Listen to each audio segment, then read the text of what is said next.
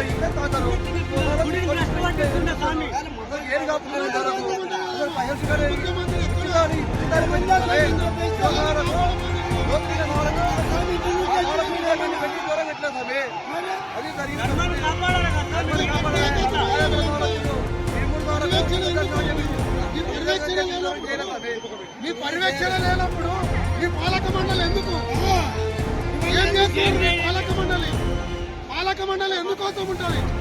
మాకు వచ్చే భక్తులకు ఎవరికి ఇబ్బంది కలగకుండా పాలక మండలి, ఆ పాలక మండలికి చేతగాలప్పుడు ప్రభుత్వం ఆధీనం తీసుకున్నాం. ఏంది సార్ భక్తులు